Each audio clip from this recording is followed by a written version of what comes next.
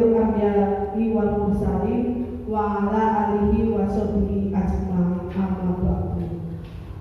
Yang terhormat Ibu Kepala SD Negeri 1 Ketitang, yang kami hormati Ibu narasumber sosialisasi budaya positif di sekolah melalui keyakinan keras, yang kami hormati Bapak Ibu Guru SD Negeri 1 Ketitang. Pertama-tama marilah kita panjatkan puji syukur kehadirat Allah SWT, karena pada siang ini Senin 2 Januari 2023 dapat berkumpul bersama dalam keadaan sehat dalam kegiatan sosialisasi budaya positif calon guru penggerak angkatan 7 melalui keyakinan kelas di SD Negeri 1 Ketitang. Adapun susunan acaranya: 1. Pembukaan, 2. Sambutan Kepala Sekolah SD Negeri 1 Ketitang, 3. Acara inti, 4. Lain-lain, 5. Penutup. Mari kita lalu untuk acara pertama, yaitu pembukaan. Kita buka acara dengan bacaan basmalah bersama-sama. Bismillahirrahmanirrahim. Untuk acara kedua, yaitu sambutan dari Ibu Kepala Sekolah SD Negeri 1 Ketitang kepada Ibu Hendri, saya persilakan.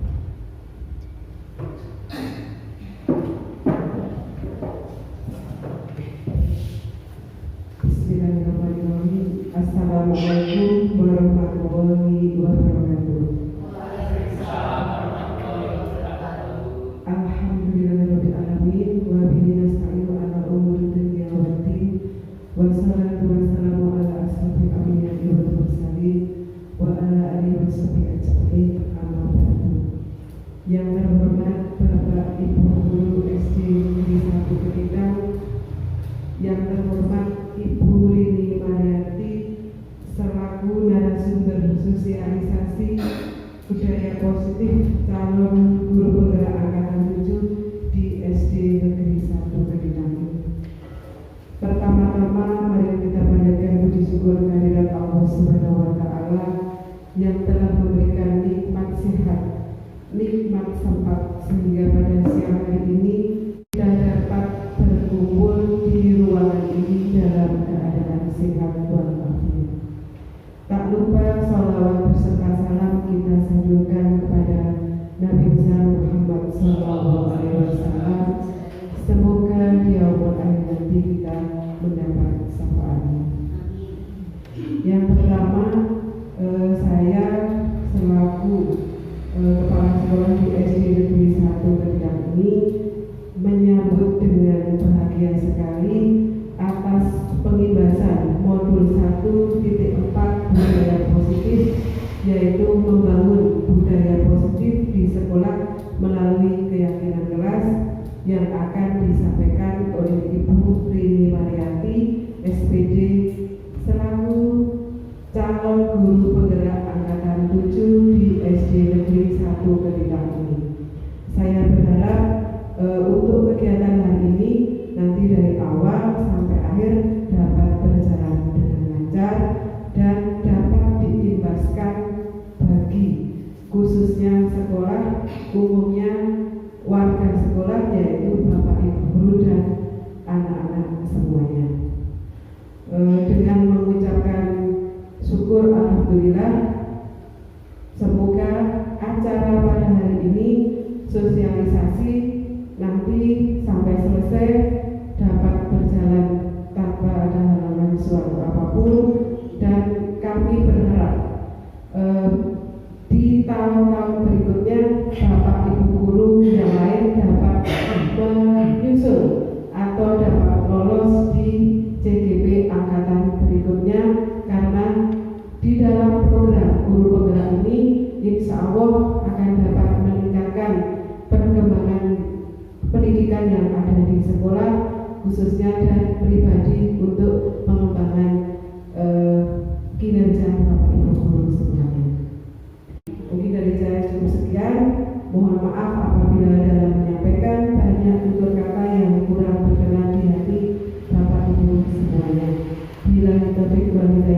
Wassalamualaikum warahmatullahi wabarakatuh.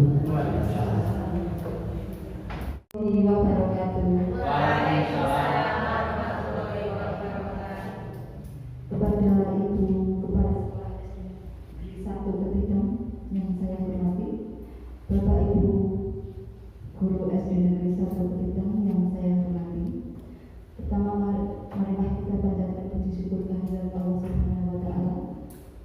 Berkat rahmat dan hidayahnya hari ini kita dapat berkumpul dalam acara sosialisasi pembahasan modul 1.4 budaya positif, membangun budaya positif di sekolah melalui keyakinan kelas tanpa halangan suatu apapun. Di sini saya akan menjelaskan apa yang saya dapat dari pendidikan guru penggerak pada modul 1.4, yaitu tentang budaya positif. Untuk tema yang saya ambil hari ini yaitu tentang membangun budaya positif di sekolah melalui keyakinan kelas. Budaya positif di sekolah kita sudah kita laksanakan ya Bapak Ibu. Sebelum mulai pelajaran menyanyikan lagu nasional. Setiap hari Jumat ya di sekolah kita sudah ada kultum pagi sudah dilaksanakan. Nah itu merupakan contoh dari budaya positif di sekolah kita. Untuk konsep inti dari budaya positif itu sendiri, yaitu yang pertama disiplin positif. Kemudian ada teori motivasi, hukuman dan penghargaan. Kemudian perbedaan hukuman, konsekuensi dan restitusi. Kebutuhan dasar manusia, keyakinan kelas, posisi kontrol guru dan segitiga restitusi. Mari kita bahas satu persatu tentang konsep inti budaya positif tersebut. Bapak Ibu, yang pertama tentang disiplin dan nilai-nilai kebajikan. Menurut Ki Hajar Dewantara menyatakan bahwa untuk mencapai kemerdekaan atau dalam konteks pendidikan kita saat ini, untuk menciptakan murid yang merdeka, syarat utamanya adalah harus disiplin yang kuat. Disiplin yang dimaksud adalah disiplin diri yang memiliki motivasi internal. Motivasi internal itu apa Bapak Ibu? Iya, motivasi yang dari dalam diri kita sendiri.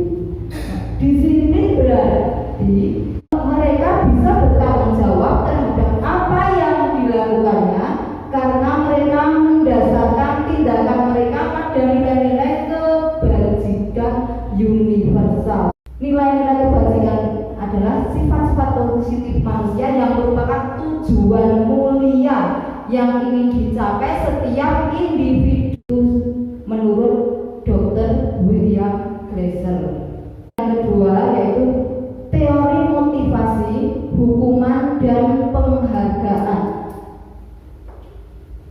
Anak kita atau kita akan disiplin itu karena apa? Karena apa? Misalnya saya ke sekolah datang pagi, itu karena apa? Mungkin kalau kemarin karena takut kepencelung,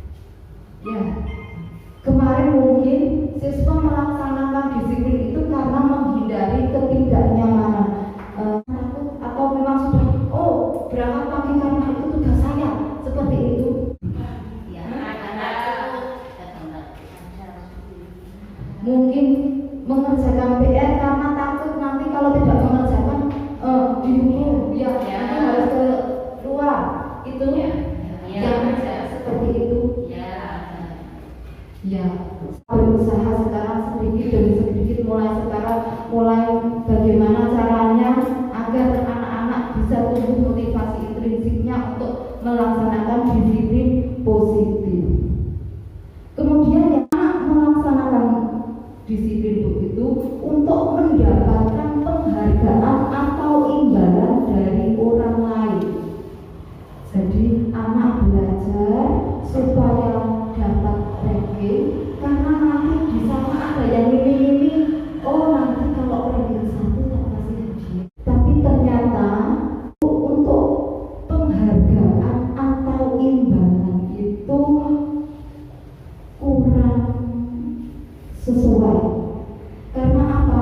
Anak belajar karena ada yang diinginkan, bukan dari dasar diri sendiri, yaitu keinginannya untuk mendapatkan penghargaan atau imbalan dari orang lain. Yang ketiga, untuk menjadi orang yang mereka inginkan dan menghargai diri sendiri dengan nilai-nilai yang mereka percaya. Nah, itulah yang disebut dengan motivasi intrinsik.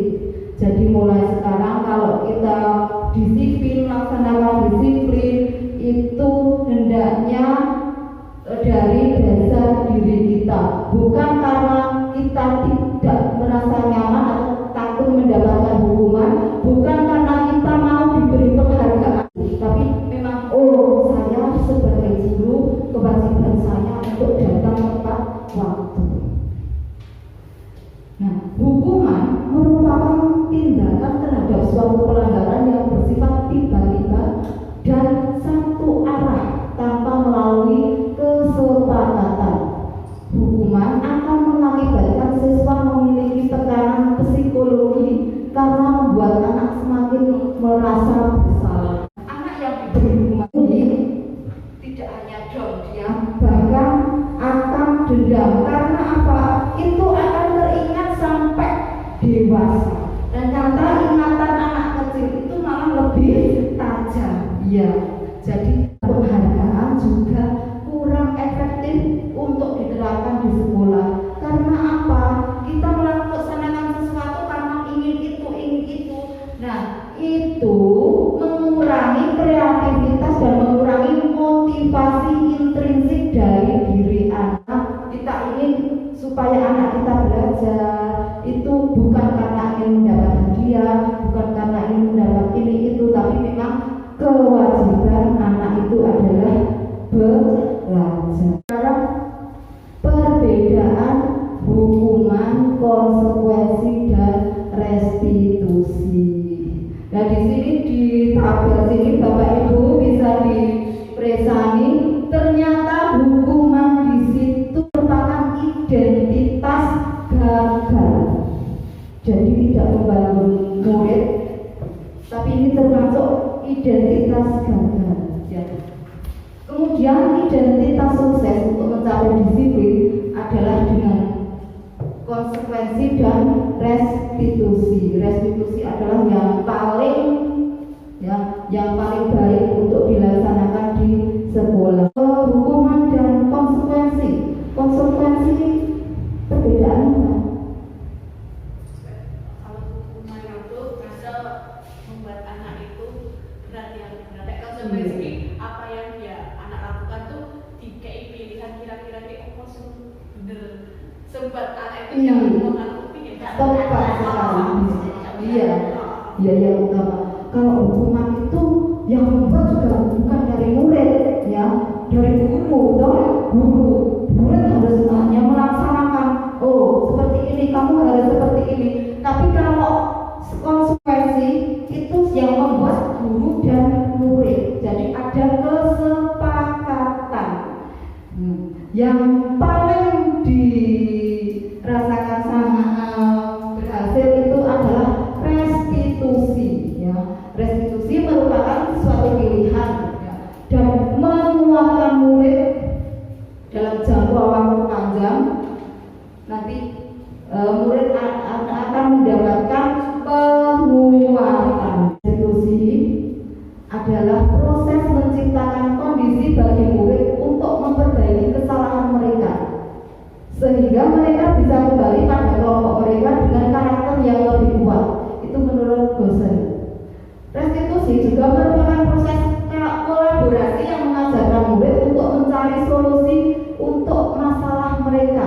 dan membantu murid berpikir tentang orang seperti apa yang mereka inginkan dan bagaimana mereka harus memperlakukan orang lain.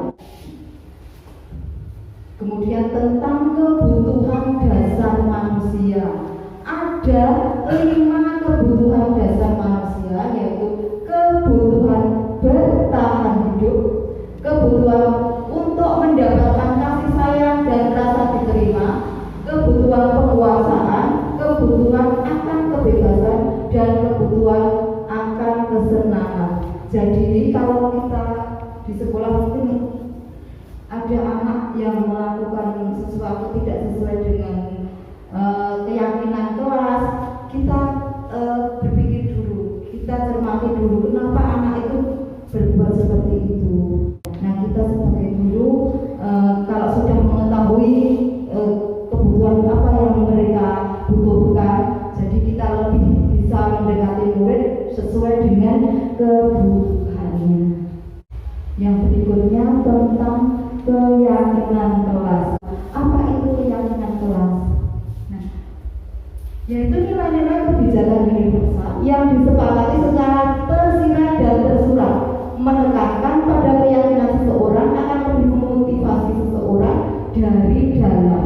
Seseorang akan lebih tergerak dan bersemangat untuk menjalankan keyakinannya daripada hanya sekedar mengikuti serangkaian peraturan tertulis tanpa makna seperti mendengarkan dan memahami arti sesungguhnya tentang peraturan yang diberikan. Apa nilai-nilai kebajikan di balik peraturan tersebut? Apa tujuan utamanya dan menjadi tidak tertarik atau takut sehingga hanya sekedar mengikuti serangkaian peraturan-peraturan yang mengatur mereka tanpa memahami tujuan mulia.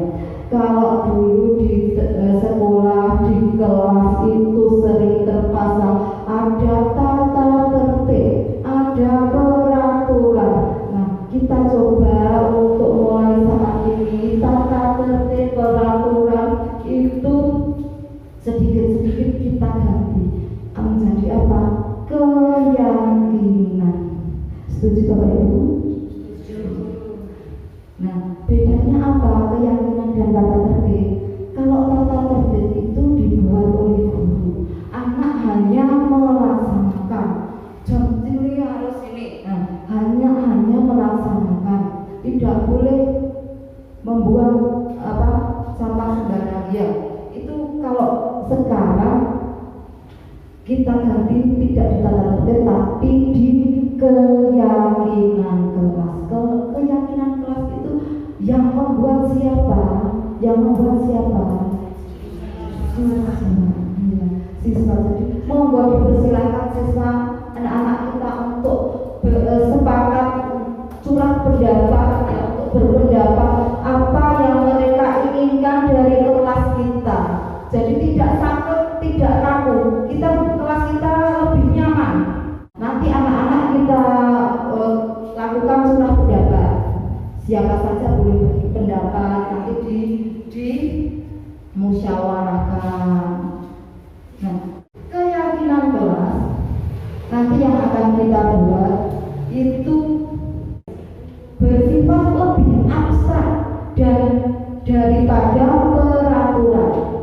Keyakinan kelas berupa pernyataan universal. Pernyataan keyakinan kelas dibuat dalam bentuk positif. Keyakinan kelas hendaknya tidak terlalu panjang supaya mudah dipahami dan diingat siswa.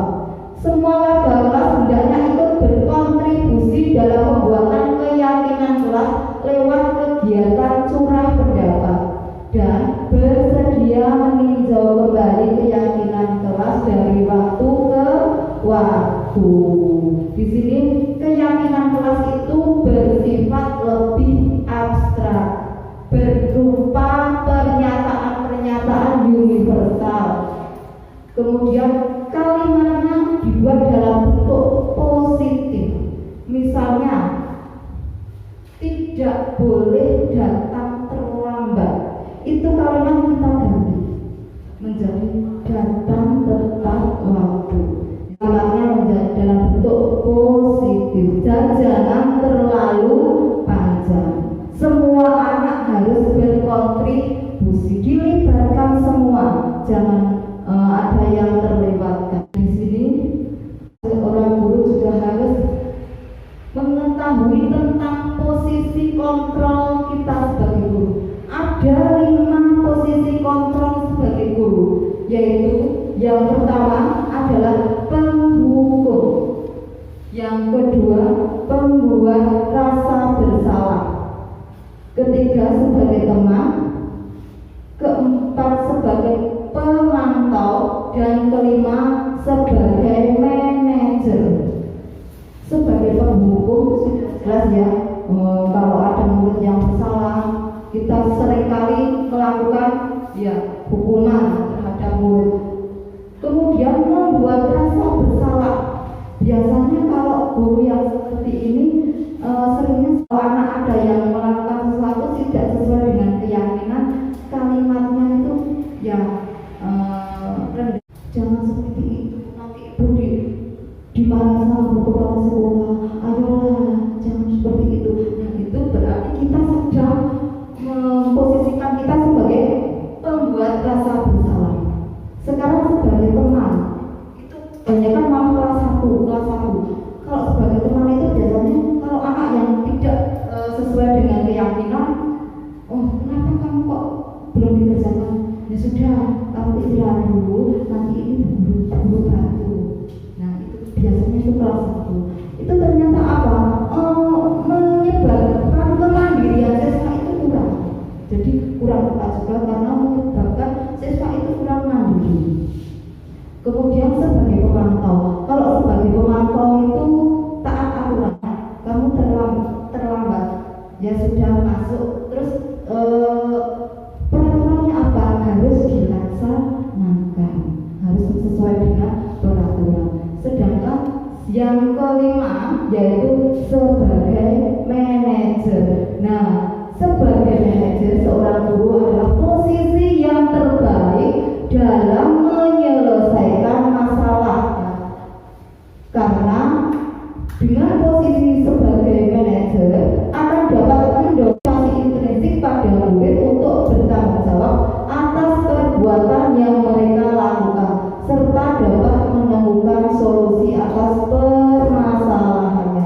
Yang diharapkan di sini guru dapat memposisikan diri sebagai manajer dalam posisi kontrol guru. Ya, ini kalau kita melaksanakan posisi kontrol sebagai manajer nanti akan sesuai dengan segitiga restitusi. Segitiga restitusi, langkah-langkah dalam kita memecahkan masalah menggunakan segitiga restitusi itu adalah yang pertama menstabilkan identitas, yang kedua validasi tindakan yang salah, yang ketiga menanyakan keyakinan. Jadi kalau kita memposisikan diri sebagai manajer, kita akan melaksanakan sesuai tiga restitusi. Jadi kalau ada masalah, kita menyelesaikan masalah itu dengan segitiga restitusi. Yang pertama, menstabilkan identitas. Tujuannya apa? Untuk menumbuhkan keyakinan murid agar mau jujur sehingga menyadari kebutuhan dirinya. Kemudian validasi tindakan yang salah. Tujuannya untuk mengetahui tindakan yang dilakukan serta menumbuhkan kesadaran murid untuk bersikap lebih baik dibandingkan dengan sikap yang dilakukan sebelumnya. Menanyakan keyakinan kelas tujuannya adalah untuk memotivasi, untuk menumbuhkan keyakinan yang dipercaya sehingga dapat kembali menjadi orang yang diinginkan. Jadi kalau ada masalah, kalau ada siswa yang tidak sesuai dengan keyakinan kelas, yang pertama menstabilkan identitas. Ya, kita tanyakan kepada siswa kita, ya, kenapa seperti itu, ya, benarkah seperti itu.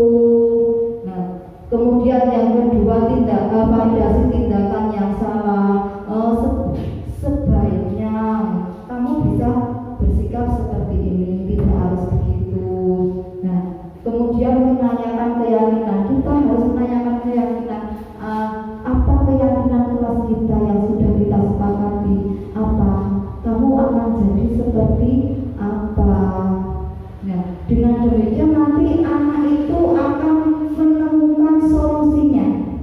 Terus apa yang akan mereka laksanakan ya untuk memperbaiki kesalahan tersebut? Serahkan kepada anak, tidak guru, tidak teman lain, tapi anaknya saja.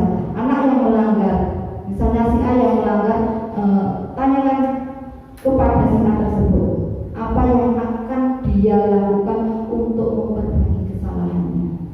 Jadi nanti anak-anak akan tumbuh di sini, oh solusinya seperti ini, saya harus begini. Itu tumbuh dari dalam diri mereka masing-masing. Sampai di sini ada yang ingin ditanyakan?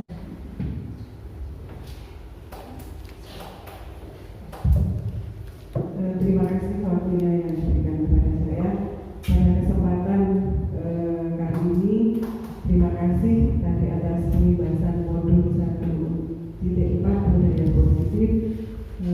Sangat menginspirasi sekali untuk SD Negeri 1 kita. Yang mau saya tanyakan, bagaimana cara membentuk keyakinan kelas di kelas rendah? Padahal di kelas rendah itu kan tadi Ibu sudah mengiko itu dari masing-masing anak. Bagaimana caranya untuk membuat keyakinan kelas untuk kelas rendah? Karena kelas rendah itu berbeda dengan kelas yang tinggi. Mungkin pertanyaan saya hanya itu saja. Ya, terima kasih. Untuk membuat keyakinan kelas pada siswa kelas rendah, ya, sama Bu. Ya, kebetulan saya di kelas 1 sudah saya terapkan seperti itu. Nanti anak-anak bijak, tapi cuma kalau kelas rendah itu kita mendekati anaknya itu yang berbeda. Hanya saja mungkin ya, yuk anak-anak kita sepakati, kita buat kesepakatan kelas. Kelas kita mau bagaimanakan? Kemarin kok saya sudah melaksanakan dari semester 1 itu sudah, terus semester 2 itu sudah. Ternyata anak-anak saat itu malah lebih antusias, iya, lebih antusias. Saya kira tadinya kalau kelas rendah itu diam, cuek begitu. Ternyata setelah kita masuk kok tidak. Nah, kalau ada anak yang tidak sesuai keyakinan kelas yang sudah saya alami ya, ternyata temannya itu mengingatkan. Kemarin ada sampah di laci, yang lain mengingatkan, Bu, itu kemarin kita kan keyakinan kelasnya tidak membuang sampah di sembarang tempat seperti itu. Malah teman-teman yang lain yang mengingatkan. Cuma kita mengajarnya, ngerangkulnya itu bahasanya yang agak halus. Cuma berbedanya di situ saja. Kemudian alhamdulillah itu juga untuk keyakinan kelas tinggal memasang saja untuk kelas 1 kemarin sudah disepakati seperti itu. Jadi di kelas rendah pun bisa dilaksanakan keyakinan kelas, tidak hanya di kelas tinggi. Mungkin ada yang mau ditanyakan yang lain? Tidak ada. Kita sepakati saja ya, kalau yang alhamdulillah kayak yang sudah membuat kesepakatan kelas, terima kasih sekali. Bagi yang belum, kita mulai kapan kita sepakati saja. Bagaimana? Setuju. Oh, Bu Kepala Sekolah nanti yang mantau ya? Yang kelas 2 sudah, 3 mau kapan? Iya, insya Allah. Oke, terima kasih. Sampai di sini saja pembahasan modul 1.4 tentang membangun budaya positif di sekolah melalui keyakinan kelas. Mungkin bisa dilanjut untuk lain waktu. Saya akhiri. Bila kita berbahagia. Wassalamualaikum warahmatullahi wabarakatuh. Sosialisasinya yang sungguh sangat bermanfaat bagi kelas kita, sekolah kita. Kita usahakan bersama untuk membangun budaya positif di SD Negeri 1 Sukabumi.